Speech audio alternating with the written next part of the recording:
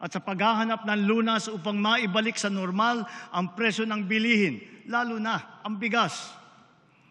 At ngayon po, naririnig po namin ang malakas na sigaw ng taong bayan laban sa mga pogo.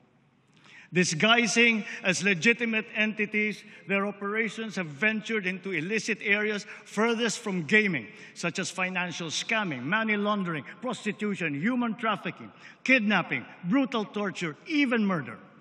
The grave abuse and disrespect to our system of laws must stop.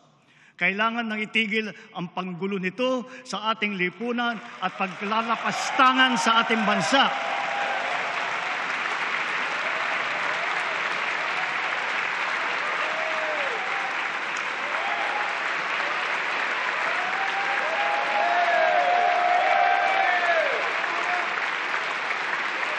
Effective today, all pogos are banned.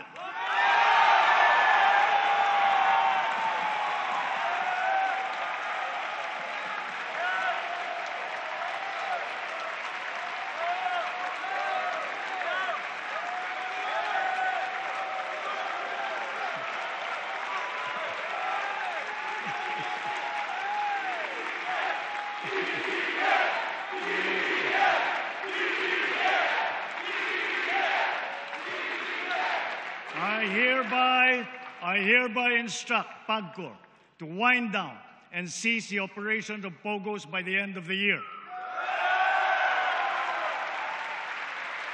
The DOLE, in coordination with our economic managers, shall use the time between now and then to find new jobs for our countrymen who will be displaced.